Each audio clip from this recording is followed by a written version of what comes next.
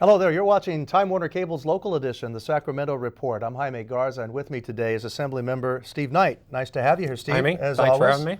You know, we have a topic that probably touches anybody who has a child in school. A lot of times we want to get parents involved, we want to get people to volunteer, help out our school, especially with budgets.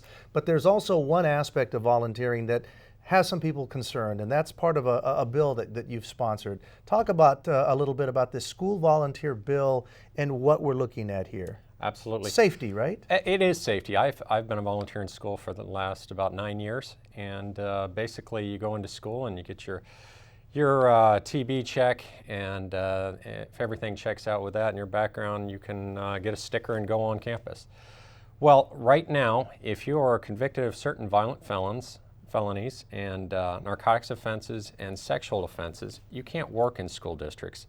So we kind of modeled this bill after, we don't want you volunteering in school districts if you have these certain types of crimes. Now sexual predators can't be near schools as it is, but certain drug offenses, if you've used kids to sell drugs, if you've sold drugs on school campuses, if you have gone over the edge and manufactured drugs and things of that nature, or you're a serious violent felon, we think that you should be restricted from volunteering in school.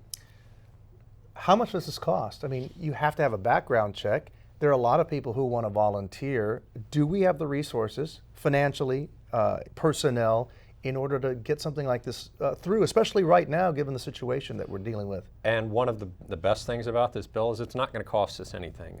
Some of the cost will be taken by the person who wants to volunteer. If they want to get their fingerprints done, they're going to have to pay that $45 fee or whatever it is to get the fingerprints done. And the school districts, the California School District has come out and supported my bill. And they said, you know what, if we have to take on some of this cost, we can do that. That's interesting, because especially with budget cuts and trying to make the penny go a lot further than normal, that's a surprising statement, I would think. But understand, Jaime, if I'm volunteering, I'm not volunteering with my kid. I'm volunteering with maybe 1,000 kids and maybe 2,000 parents' kids. So if you're just volunteering with your child, then that's maybe different if you're homeschooling or something. But when I volunteer, and I've got that sticker on, I can watch 200 kids on the playground.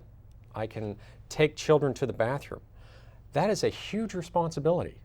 We want to make sure that people who are going to be on the campus have been checked out, and make sure that the teachers don't have to be policemen when they're on campus.